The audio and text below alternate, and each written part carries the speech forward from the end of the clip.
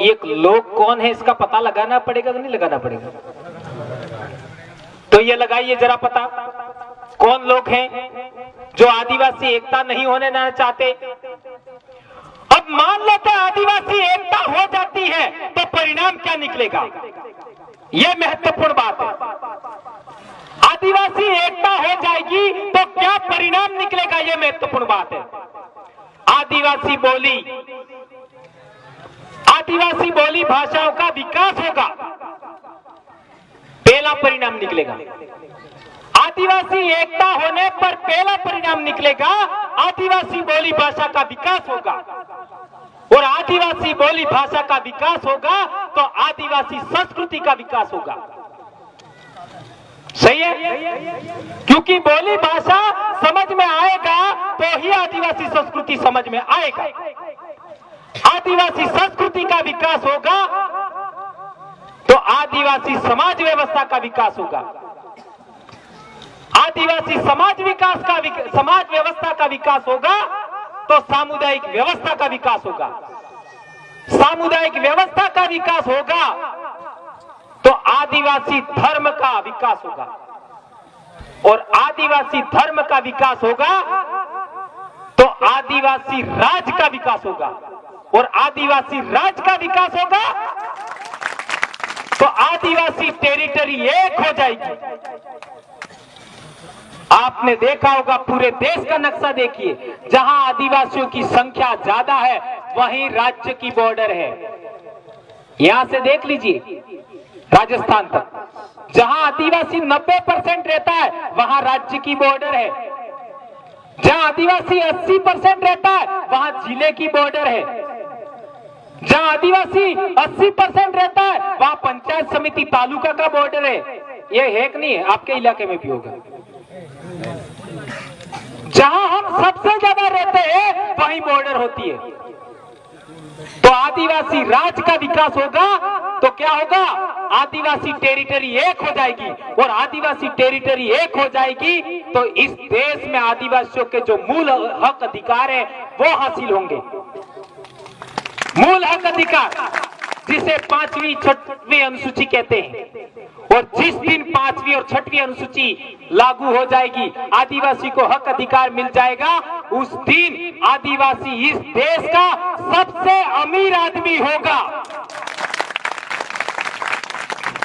और सबसे अमीर आदमी आदिवासी होगा तो वो गैर आदिवासियों पर राज करेगा। ये नहीं होना देना चाहते लोग। इस वजह से आदिवासी एकता ही नहीं होने देने का। तो आदिवासी राज का कैसे विकसित होगा, यह है पूरा षड्यंत्र जो मैंने क्रमशः आपको बताया। इसलिए भाइयों, आप लोगों से मेरा विनम्र अनुरोध है कि आदिवासी एकता के मार्ग में ये 4 बड़ी बॉर्डर हैं। एक संगठन, जितने संगठन उतने विभाजन। दूसरा पार्टियां, जितनी पार्टियां उतने विभाजन। तीसरा धर्म, जितने धर्म उतने विभाजन। चौथा बॉर्डरें, राज्यों की बॉर्डरें, जिलों की बॉर्डरें। इसका मतलब ये नहीं है कि हम बॉर्डर नहीं मानना चाहिए, ऐसा नहीं कह रहे। लेकिन मैं एक बात कहना चाहता हूं कि जिसने राज्यों की बॉर्डर बनाई, जिसने भी जिलों की बॉर्डर बनाई, आदिवासियों का खेत ही बांटने के लिए मिला था क्या तुमको? है? जहां 100% आदिवासी रहता है वहीं तुमको बॉर्डर बनाने मिली थी क्या? ये 4.5 साल से मैं बोल रहा हूं, कोई नहीं बोल रहा है, कोई इसका जवाब नहीं दे रहा है।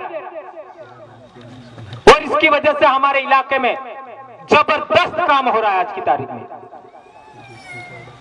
और इतना बढ़िया काम हो रहा है कि आज 3री, 4थी, 5वीं क्लास के बच्चों के बैग के ऊपर भी जय जोहार लिखा होता है। जहां बच्चे कॉपी पर ऊपर वो कौन सी माता जी है, विद्या वाली, उसका नाम लिखते, वहां पर भी जय जोहार लिखते, फिर टेस्ट लेते कॉपी में भी। सोच लो आप, ये हो गया है। सबसे ज्यादा लोग किसी से डरते हैं, भील प्रदेश शब्द से डरते हैं हमारे इलाके में। यह हो गया। जबकि ऐसा कोई नाम का संगठन ही नहीं है। ये आइडियोलॉजी, ये शब्दावली इतनी हावी हो गई है कि आज की तारीख में आदिवासियों का सीना गर्व भाव से फूल रहा है। विजय भाव में आदिवासी आज काम कर रहा है। आदिवासी में गर्व भाव पैदा होगा तब विजय भाव पैदा होगा। इसलिए आज हम लोग, यह हमारे एक महान महापुरुष जिसे राजा की पदवी आप लोगों ने दिया, उसका, क्योंकि वो राजा था, अर्थात हमारे अंदर गर्व भाव पैदा होगा और गर्व भाव के बाद में विजय भाव पैदा होता है और विजय भाव के बाद में आदमी का आत्मविश्वास बढ़ता है और उसी आत्मविश्वास से आदमी ऐसा काम कर गुजरता है जो असंभव भी होता है। और मैं मानता हूं आदिवासियों के लिए कोई असंभव काम नहीं है, बशर्ते आपका मनोबल अच्छा हो। और मनोबल अच्छा हो उसके लिए आपको अपने पूर्वजों पर गर्व होना चाहिए। एक और महत्वपूर्ण बात बताना चाहता हूं कि पूरी दुनिया में आज भी देखो, काला सागर, भूमध्य सागर से भारत तक सबसे ज्यादा लड़ाई कौन सी होती है?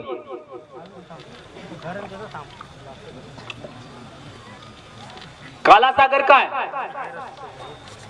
एशिया और यूरोप के बॉर्डर पर। वहां से देखो भारत तक सबसे बड़ी लड़ाई कौन सी है? ये तेरा ईश्वर, ये मेरा ईश्वर, ये लड़ाई की दूसरी है।